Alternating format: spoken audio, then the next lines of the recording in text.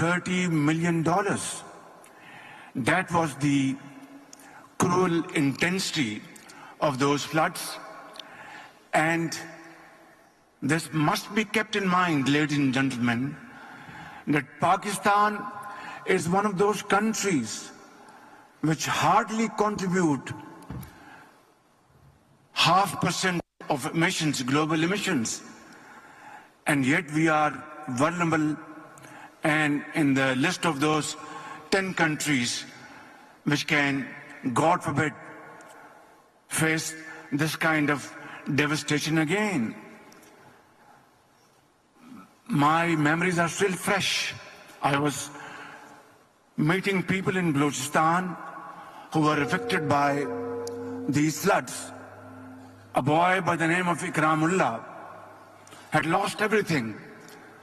His entire village was erased from the face of the earth. His home was completely demolished, and his school was also submerged. And we had arranged his education to another part of Pakistan. And this boy is becoming a very productive hand of Pakistan, but not for all those who had suffered this calamity in Pakistan and other parts of the world.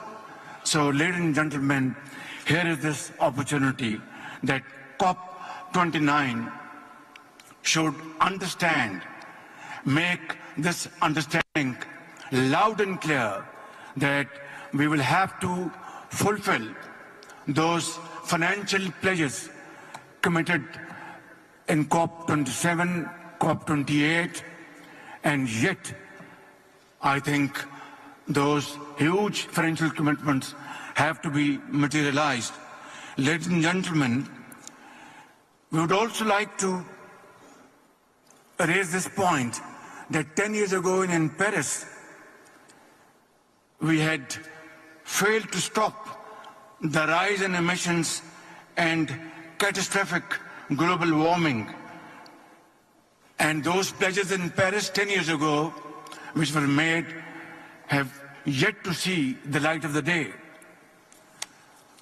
Ladies and gentlemen, as the -1 emitters, we should not brave the impact of emissions realized by others without even the tools to finance resilience.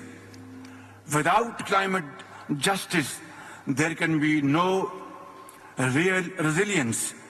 And I wouldn't want other countries to face the plight Pakistan faced back in 2022.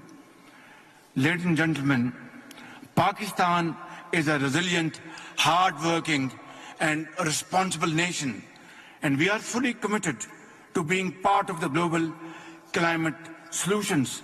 My government has taken concrete actions to deliver on its commitment of producing 60% of all energy from clean sources and shifting 30% of our vehicles to EVs by the end of this decade. At the same time, Pakistan is going to go through a renewable energy revolution. Last year, Pakistan presented a comprehensive national adaptation plan, and this year